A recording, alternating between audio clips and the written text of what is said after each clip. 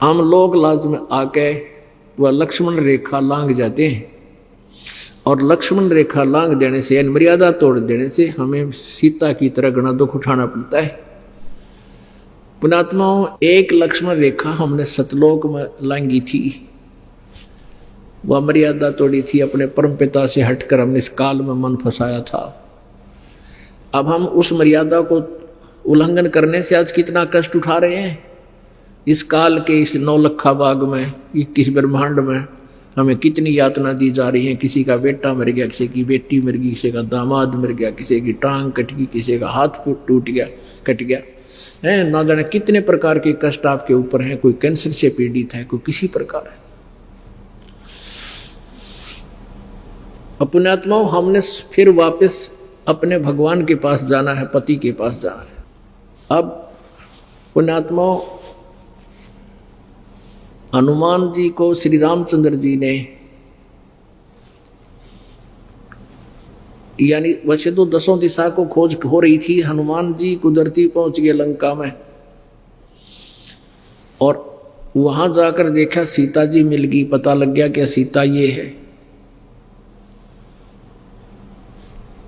तो सारी वार्ता होगी। सीता जी ने कहा, हनुमान जी ने कहा, माता मैं कुछ आहार करूंगा, भूख लगी है। सीता जी ने कहा, भाई इस बाग में तो फल तोड़ के भी ना खाइए हनुमान, ना तो मेरी पिटाई हो जाएगी। नीचे कोई पड़ा हो ना वृक्ष टूट के, वो खा लिए मेरा भाई। मुझे भी इतना ही आदेश है, मैं तोड़ के नहीं खा सकती यहाँ से। नू कह आख्या माँ बाप पानी भराए और मैले कुचले कपड़े पहने बैठी, उतरा हुआ चेहरा, बहुत दुखी, और कहा हनुमान श्री राम ने कह दिए मैं उसके वियोग में दिन काट रही हूं कि आवेंगे मुझे ले जाएंगे। उससे पहले क्या देखा था हनुमान जी ने, ऊपर वृक्ष पर बैठा था छोटा रूप धारण करके, सिंपल से बन्नर का। रावण आया, रावण ने बहुत यातना दी कि तू मेरी पत्नी बन जा, स्वीकार कर ले। रावण को एक श्राप लगा हुआ था किसी देव का कि तू अगर किसी औरत से बलात्कार करेगा उसी दिन तेरी मृत्यु हो जाएगी। उसकी सहमति से करेगा तो तुझे, वो तो पाप तो था ही लेकिन तू मरेगा नहीं। तो इसलिए सीता को वो सहमत करना चाहता था, लेकिन सीता ने कहा कि रावण ये जान जा सकती है, इसको रामचंद्र के अतिरिक्त कोई छू नहीं सकता इस मेरे शरीर को। इस तरह की वार्ता सुन ली थी हनुमान जी ने। फिर रावण चला गया था कि तुझे 1 हफ्ते का समय देता हूं, सोच ले। वो कह रही थी बेशक कितने हफ्ते का दे, हमने सोच रखे है। तब वो आके उसने कहा माँ, उसको पता लग गया कि तो बहुत तंग किया जा रही है की जा रही। तो माई ने तो ये कहा था भाई नीचे झटका कोई पड़ गया और उसके नीचे फल खा लिए, तोड़ के मत खाना।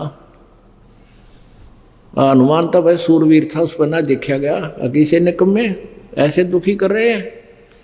अब उसने पहले तो उस वृक्ष ने तोड़े, तले गिरे लद पद फल ने, और फिर पहलवान था सरड़ सरड़ खा सारे खा, कई वृक्षान तोड़ ताड़ गए, फला तो छक्या, बाकी के पाड़ के बागर फेंक दिए समुद्र में।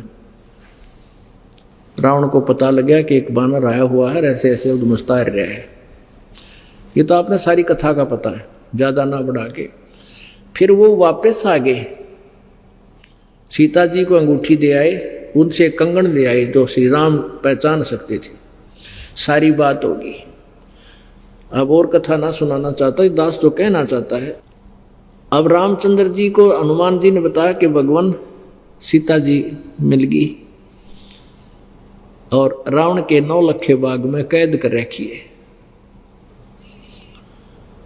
अब रामचंद्र जी हनुमान जी को अन्य व्यक्तियों से दूर ले गया कि आजा मेरे प्यारे बच्चे को। खुशी तो घनी हुई, मैं सीता जी की खोज कराया, सीने से लाया, प्यार किया कि आजा मेरे भक्त, मेरे संत, एक बार इधर आजा, 2 बात पूछूंगा।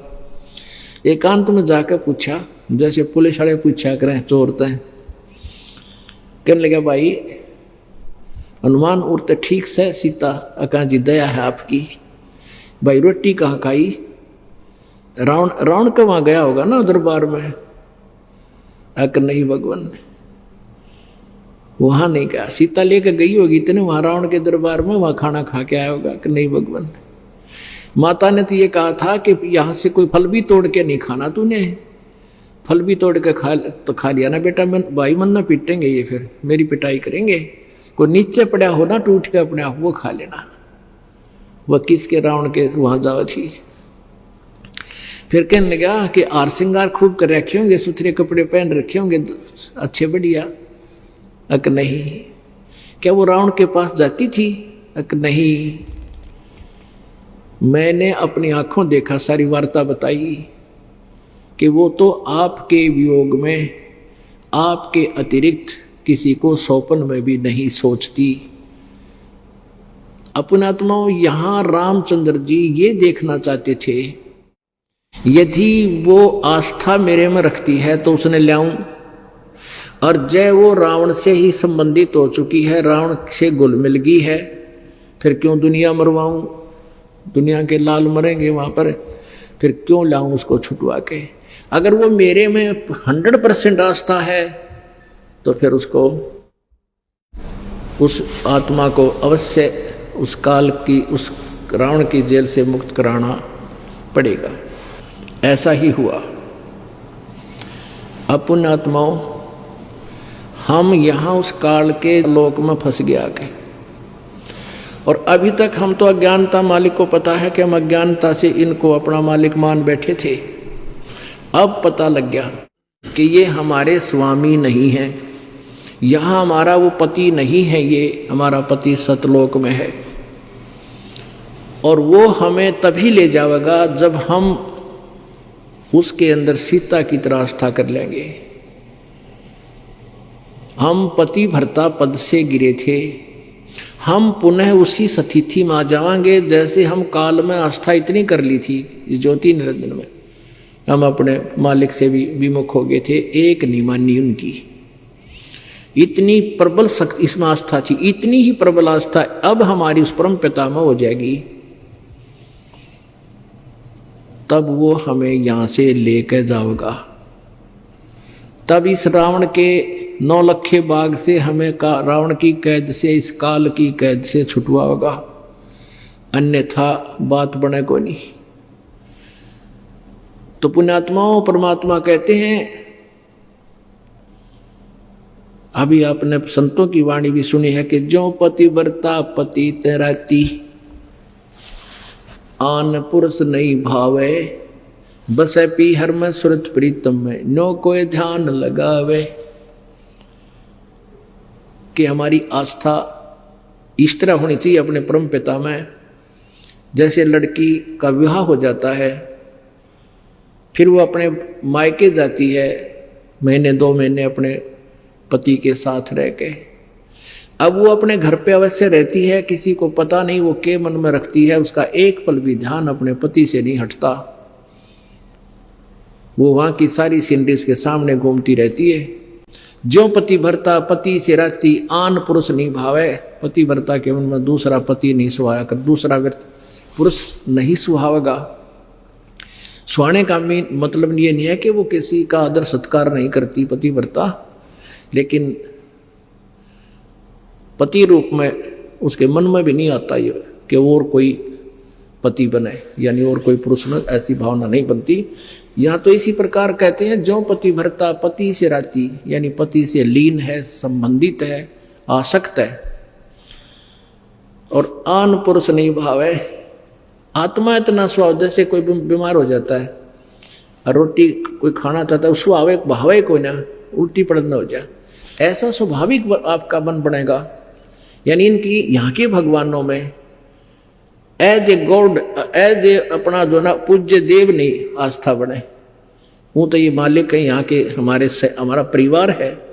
जैसे एक पति भरता लड़की पत्नी सह परिवार में रहती है, ज्वाइंट फैमिली में, जेठ है, जेठानी है, देवर है, देवरानी है, ननंद है, सास है और ससुर है, तो उन सबका यथोचित आदर सत्कार करती है, लेकिन जो वो पूज्य अपने पति को ही मानती है, अपने पति के स्थान पर उसका किसी में भी स्थान नहीं हो सकता, तो औरों का सत्कार करना भी कर्तव्य है।